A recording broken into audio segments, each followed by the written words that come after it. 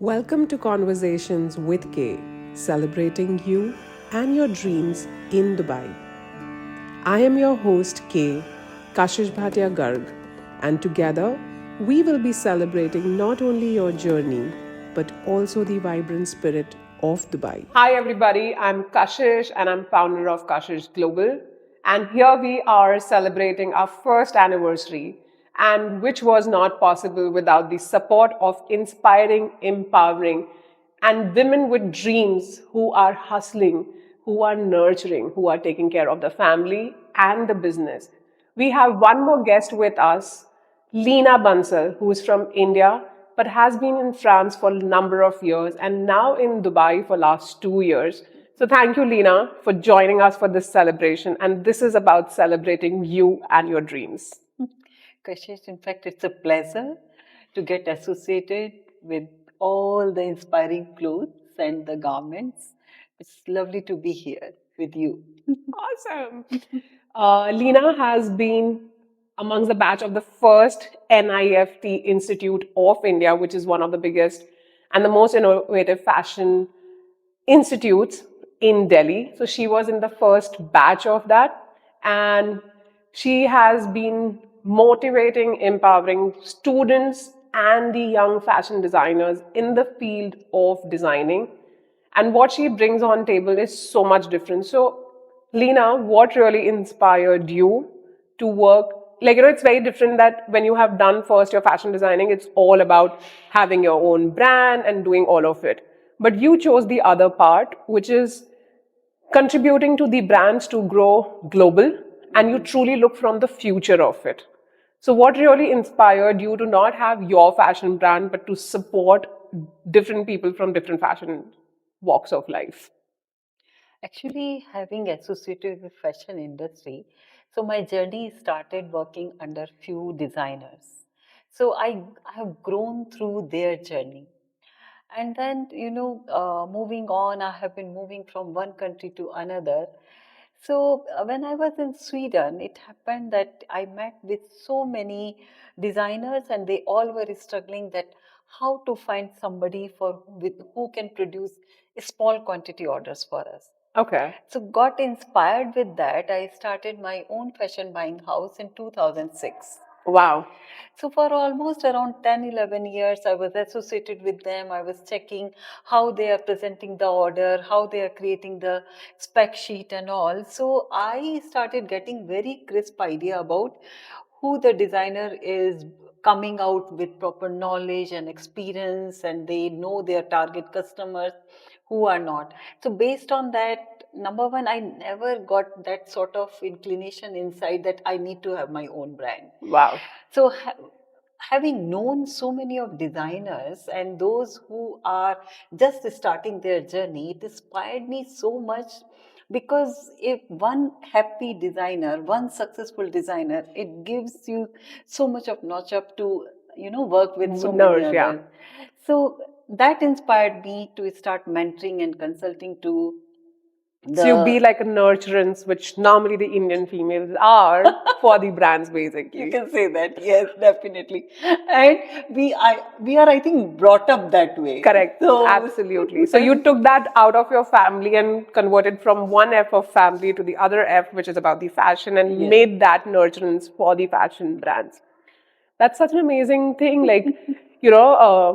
Very rare of the times I have come across somebody who has completely learned and done fashion designing as a course for like 4 to 5 years and thought about like contributing and being the vision for some other brands. Because so, being in the fashion industry myself for 15 years, sometimes when you're so close to your own business and your own creative aspect, that having look from an outside perspective which you bring on is such an important thing, and it's such a game changer as well. I know, I know. So what has been your the most challenging thing in this journey? The trust I gather from my designers, I have to make sure that I truly, kind of stand by Yeah. to that trust. And Wow. it always inspire me and motivate me to keep nurturing, to keep helping and supporting them, be always for them, available for them, because they are counting on my support, my advice. Wow. So I have to make sure that I kind of relate to their product, relate to them, understand them properly, and then provide them the support in whichever aspect they are asking for. Wow. So that trust factor always, it keeps on hindering on my mind, you know. Trust. And it's like, being in the industry, like back in India, I used to work with fashion institutes and provide internships and all of that. And a lot of people used to tell me that you don't fear having interns because tomorrow they will have their own fashion brand. And I was like, no, because even with fashion, even if you copy it, it's gonna be definitely different. It cannot be exactly the same. You working with different designers, has that been like a challenge from a client that, oh, you're working with the other designer and then you cannot work with them or something like that? Uh, Sometimes yes and no, both. I'm so glad that you're being honest about it. Have to be. I just now told you, Yeah, trust. yeah, yeah, yeah. So it's like, but the thing is, I'm consulting them. So, but the kind of collection they are creating, I have to make sure I'm not supposed to disclose it. Correct, So correct, that side of me has to be maintained in such a way that even though I'm working with different clients, sometimes with the same collection, similar type of theme, similar type of a story, but I have to make sure that their brand identity is intact. correct. I'm not, Yeah, somehow mismanaging that. So sometimes, in fact, once their story is being built or once the collection is being launched, sometimes similar ideas come in my mind and I'm thinking, I get tempted to advise them that I'm like, no, this has already been there, somewhere yeah, launched, so yeah. I have So to it's be. just not about cut, copying, pasting it, but having that innovative Yes, thing. definitely. Like you've been in the fashion industry for more than 2 decades now. What do you think has been the journey of fashion and where are we heading ahead and what future should be looking at from fashion? What I'm noticing, more and more new budding designers, they are coming up with the eco-friendly products. Yeah, They want to bring that concept because they themselves have realized that we are disturbing the environment. So what if we want to bring up something, it has to relate to the world, to the environment as yeah, well. So recently, whosoever is contacting me, that sustainability factor, everybody wants to make sure it is not only a word, yeah, they have to practice as well there. So I'm noticing that in recently, in maybe couple of years, especially after COVID, I should say that yeah, brands are getting conscious what they are bringing to the world. Also, I'm noticing exclusivity. yeah, Nobody wants to bring, mass product where affordability is a question. Affordability is the word for the sales. While they want to make sure that we remain exclusive, we are providing something very different yeah, to their customers. yeah. So sustainability, exclusivity, bespoke, these type of brands are coming out with more and more ideas. Wow. And what is your personal, like, what is personally fashion for you? Like, forget Something about the future, forget about anything else, but it is all about you.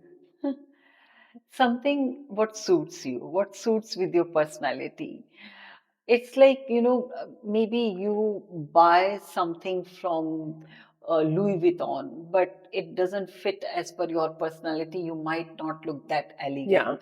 Or you buy something, from any, Local or a look, yeah. yeah, and still you look elegant. So how much you know about your own figure, what Yeah. suits on you as per your color tone, as per your height, and you can look elegant in any type of outfit as long as you feel confident and you know your Yeah. own Yeah. body and figure. Like, not just being carried away by what is the latest trend or what is the latest fashion, but at the same time, like looking into that, what suits me I know, and right? what Such a what enhances me basically. right, right, Like right. sometimes I think we get so carried away just by the mere, a brand perception, or B, it's a latest trend, so I should have in the wardrobe, without even checking with yourself that do you really require that, or does that even suit your body?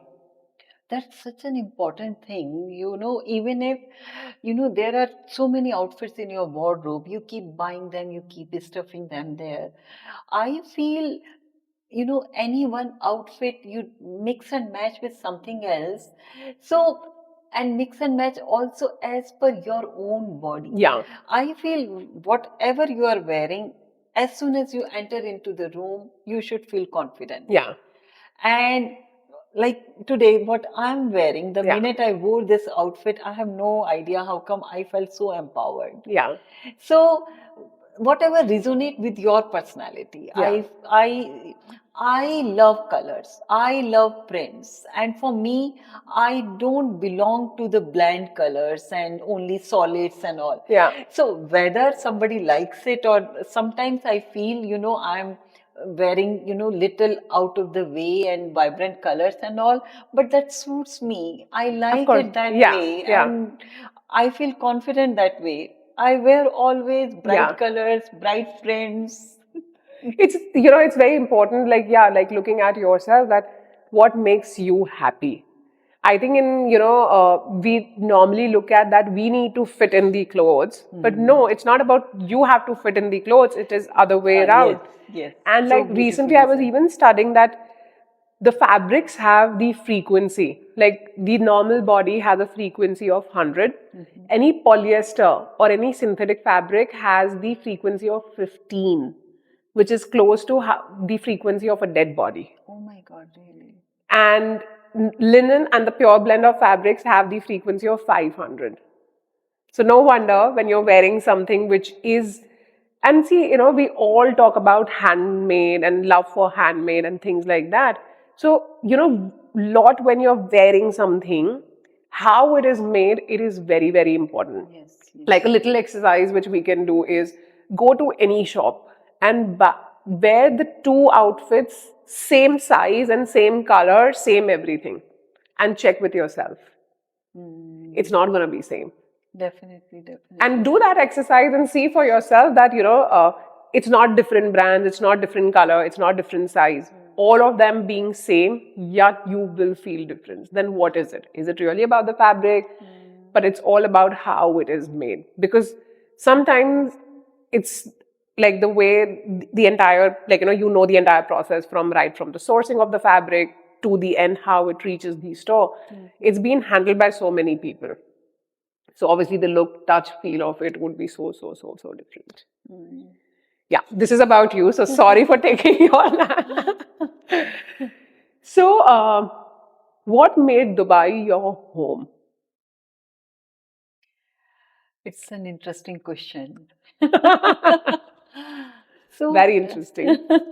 actually, uh, I'm born in India, so originally from India, lived in Europe for almost 20 plus years now, and it's like going from Europe to India. I happened to stop by in Dubai for quite a few times, and whenever I was here, there was something special about this place, and I felt that I belong to this place. This place belongs to me. Wow. No idea how come I got that feeling. Maybe I belong to a fashion industry. I belong to, uh, since beginning, few luxury designers, and luxury and Dubai goes hand in Hand in hand. hand. Yeah. So here, customers, in fact, the localites, those they are having very niche eye about the product, what they are wearing, which brand they Yeah. want to get associated with. Yeah. And I started getting the feeling that loyalty belongs to this place a lot.